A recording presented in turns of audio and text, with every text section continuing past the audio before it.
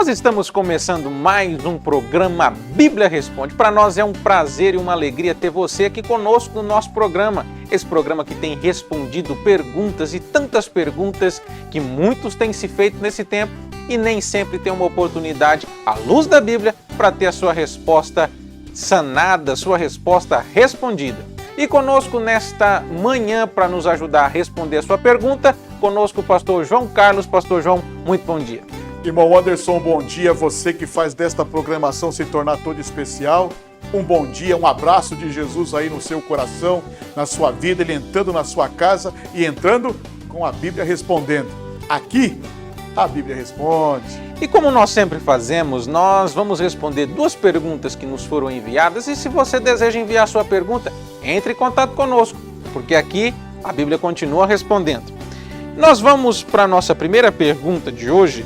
E a pergunta diz o seguinte: o que acontece com uma pessoa na hora da morte?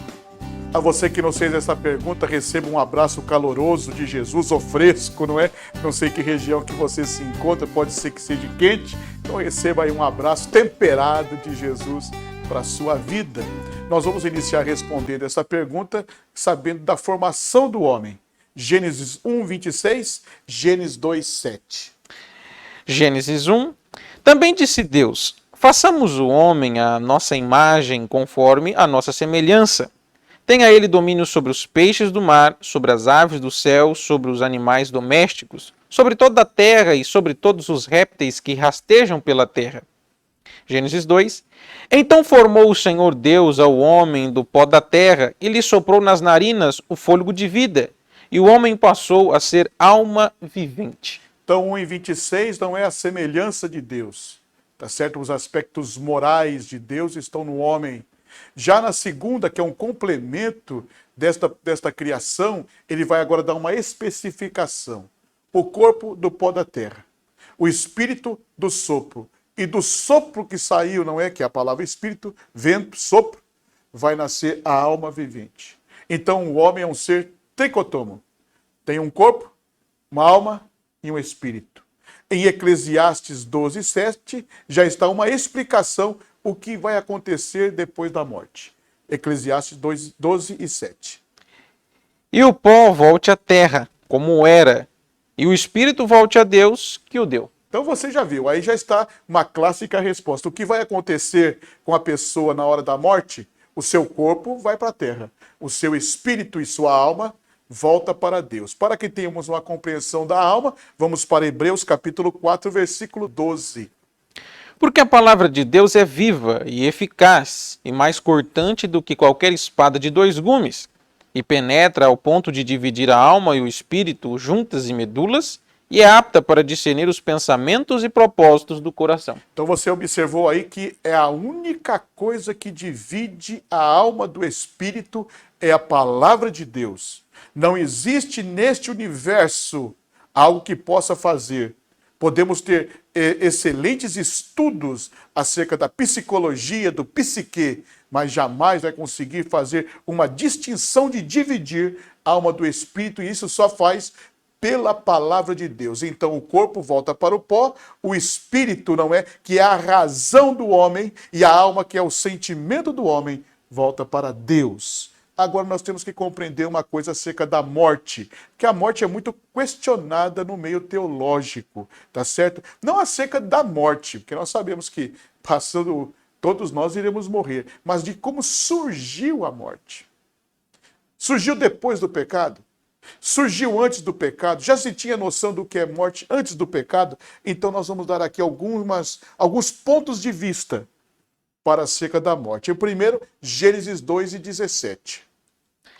Mas da árvore do conhecimento do bem e do mal não comerás, porque no dia em que delas comer, certamente morrerás. Se o homem não compreendesse o que é morte, então não teria sentido de Deus dizer esta palavra. Certamente morrerás.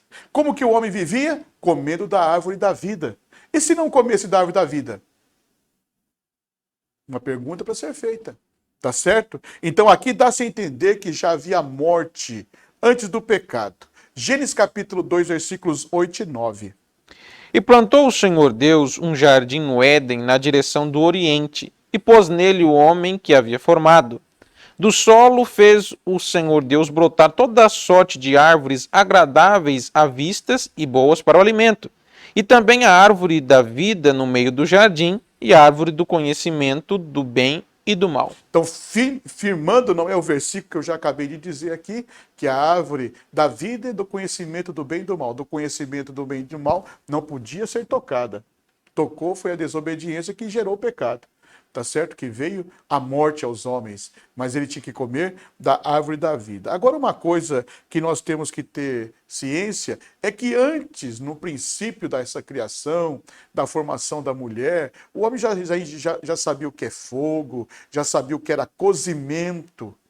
Então já tinha certamente apetrechos de barro, potes de barro feito para esse tipo de tarefa. Observe Gênesis 3:7. Abriram-se então os olhos de ambos e, percebendo que estavam nus, coseram folhas de figueira e fizeram cintas para si. Então, observe, se cozeram folhas de figueira, já havia fogo, já havia cozimento. Cozimento do quê? Aí nós vamos compreender o princípio da morte. Gênesis 1, 29 e 30. E disse Deus ainda: Eis que vos tenho dado todas as ervas que dão semente se acham na superfície de toda a terra, e todas as árvores em que há fruto que deem semente. Isso vos será para mantimento. E a todos os animais da terra, e a todas as aves dos céus, e a todos os répteis da terra, em que há fôlego de vida, toda a erva verde será-lhe para mantimento, e assim se fez. Então você observou que tanto a questão da erva verde como dos animais que é uma alma vivente, não é? O homem poderia comer. Então certamente existia alimento que precisava de ser cozido. E existiam animais que podiam morrer para ser alimento para o homem. Mas isso é uma linha de pensamento, já que eu te trouxe aqui, que é muito questionável a questão da morte antes do pecado. Tá certo? Então Deus fez um ser tricotomo, um corpo, uma alma e um espírito. A morte pode ter, nesse contexto de versículo lido e abrangendo a literatura dentro das escrituras, possa ser que foi já antes do pecado e na questão humana, depois do pecado. Tá certo? Já havia fogo, já havia cozimento, que esclarecimento. Já compreendemos também que Salomão, no seu escrito de Eclesiastes, diz assim, olha, o corpo volta para a terra e o espírito e a alma para Deus que o fez. Agora, uma outra compreensão que é muito importante, a morte daquele, não é? Que serviu a Jesus, que recebeu Jesus aqui como Salvador, que caminhou com Jesus. Aonde é a questão da sua ida? Apocalipse capítulo 14, versículo 13. Então ouviu uma voz do céu dizendo: Escreve, bem-aventurados os mortos que desde agora morrem no Senhor. Sim, diz o Espírito, para que descansem das suas fadigas, pois as suas obras os acompanham. Então observe, vai estar em descanso. Morreu com o Senhor, não é? Vai para o seio do Senhor, para reinar com Cristo naquele lugar de delícia, onde não tem morte, onde não tem lágrima, onde não tem dor. E o corpo? O corpo vai esperar a sua redenção. 1 Tessalonicenses, embora também tenha isso em Coríntios, mas vamos fazer em 1 Tessalonicenses, capítulo 4, versículos 13 a 17. Não queremos, porém, irmãos, que sejais ignorantes com respeito aos que dormem, para não vos entristecerdes com os demais que não têm esperança. Pois se cremos que Jesus morreu e ressuscitou, assim também Deus, mediante Jesus, trará em sua companhia os que dormem. Ora, ainda vós declaramos por palavra do Senhor, e isto, nós, os vivos, que ficarmos até a vinda do Senhor, de modo algum procederemos os que dormem. Portanto, o Senhor mesmo, dada a sua palavra de ordem, ouvida a voz do arcanjo e ressoada a trombeta de Deus, descerá dos céus, e os mortos em Cristo ressuscitarão primeiro. Depois nós, os vivos, os que ficarmos, seremos arrebatados juntamente com ele, entre nuvens para o encontro do Senhor nos ares. E assim estaremos para sempre com o Senhor. Que esperança gloriosa, não é? Quer dizer que até esse corpo não está perdido.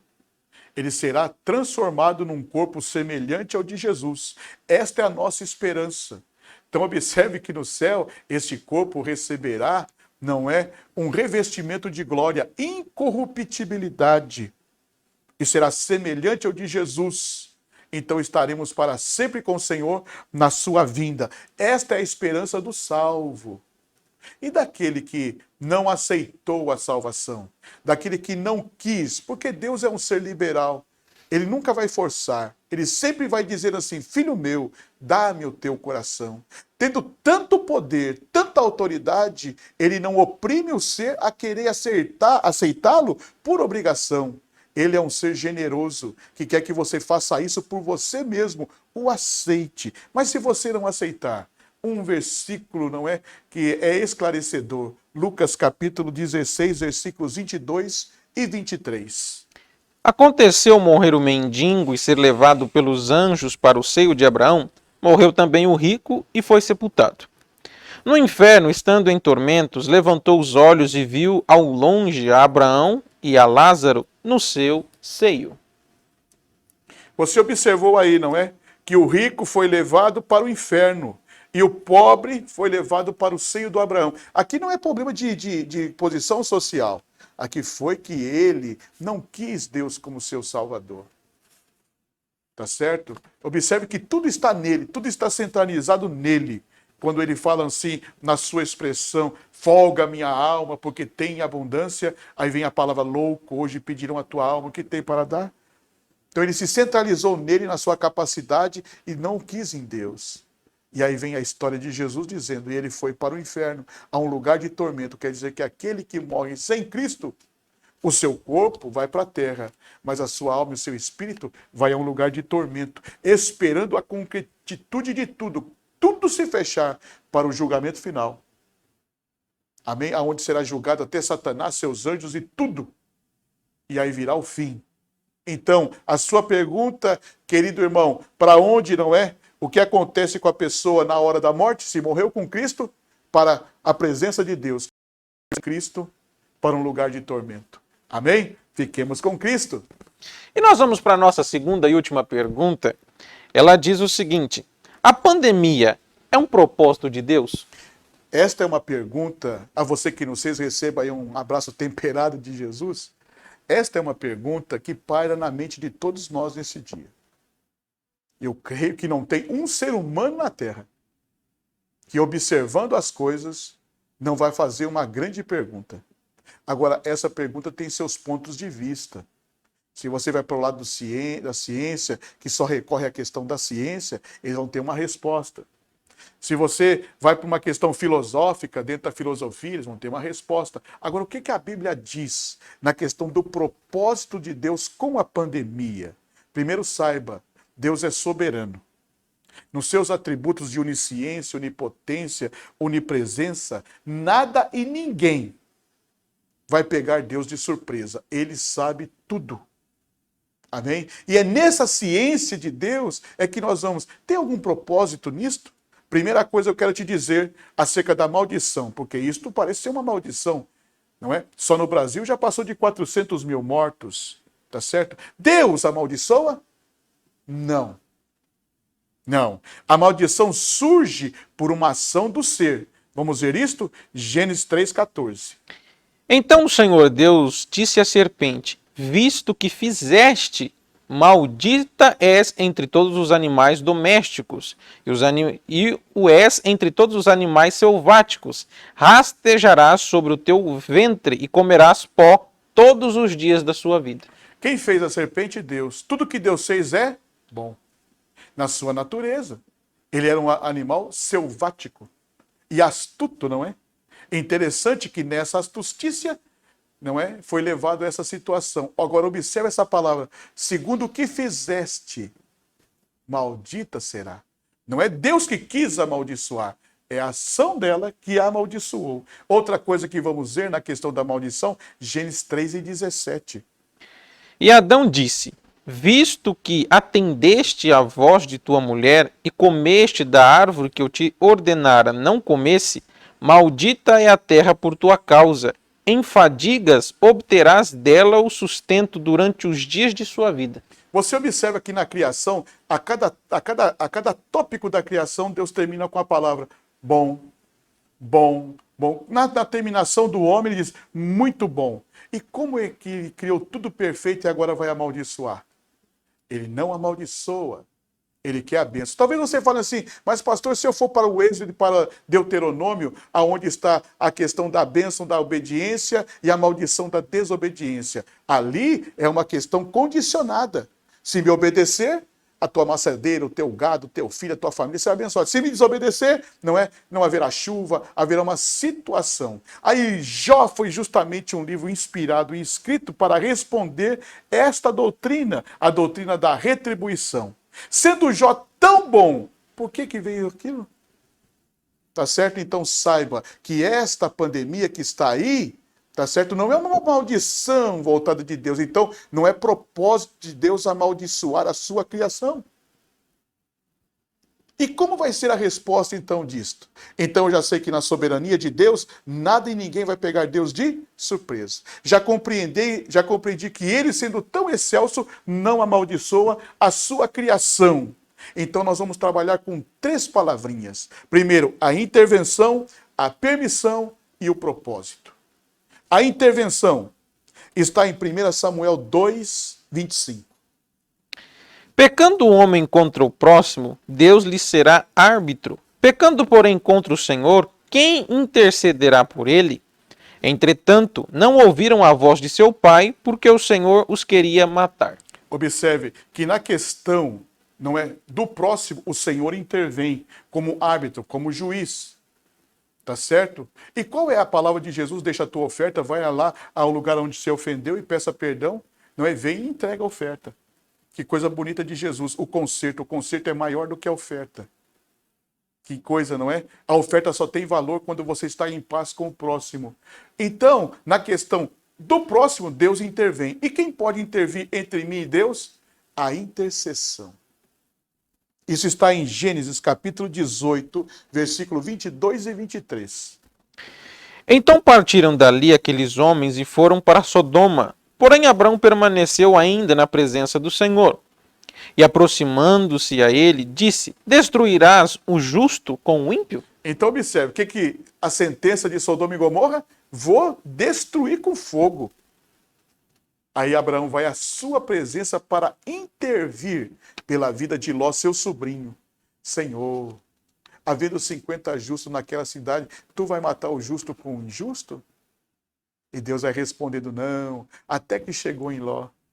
Quer dizer que a intervenção, na intercessão, tem um grande valor se esse povo que se chama pelo meu nome se humilhar e orar e buscar a minha face e se arrepender dos seus maus caminhos, eu ouvirei dos altos céus e sararei a sua terra. Propósito da intervenção, a oração. Pode ser até um chacoalhar para a igreja. Por quê? Porque a igreja abandonou a oração. Então Deus dá um propósito aí, não é? Preciso chacoalhar para quê? Para que a igreja novamente venha para a intercessão. A segunda palavra, permissão. Ezequiel 3 e 7.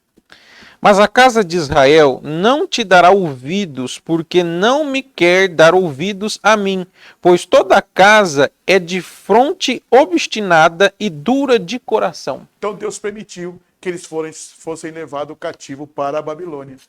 Permissão de Deus. Por que Deus permitiu? Porque ele está dizendo aí, são obstinados, cara dura, coração duro, não querem se arrepender, buscaram outros deuses, abandonaram a minha palavra.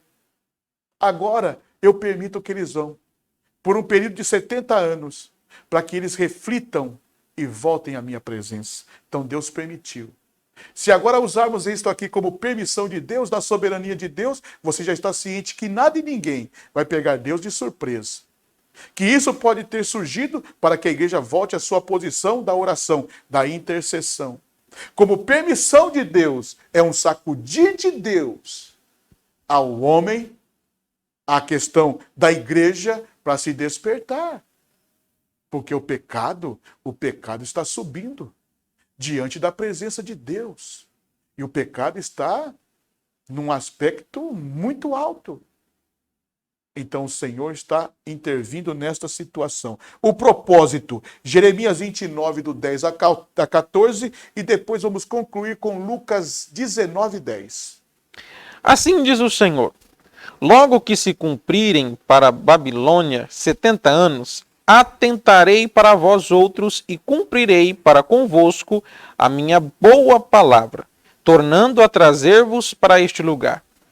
Eu é que sei os pensamentos que tenho a vosso respeito, diz o Senhor, pensamentos de paz e não de mal, para vos dar o fim que desejais. Então me invocareis, passarei a orar a mim e eu vos ouvirei. Buscar-me-eis e me achareis, quando me buscares de todo o vosso coração.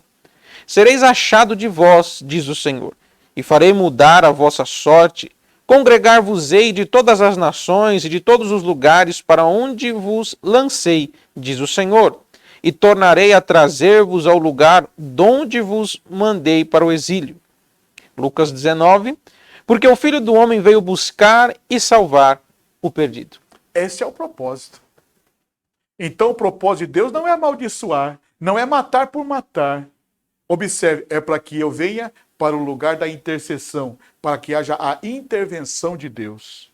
Para que a questão da permissão de Deus também é um chacoalhar de Deus aos homens, para se despertar e olhar para Ele, porque a medida de pecado está, não é, já em cima do copo.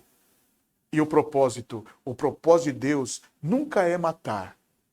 O propósito de Deus é trazer o homem à sua presença. Eu sei o pensamento que tenho acerca de vós, pensamento de paz, para vos dar o fim que desejais. Porque o Filho do Homem veio buscar e salvar o que se havia perdido. Deus não muda. Ele continua o mesmo.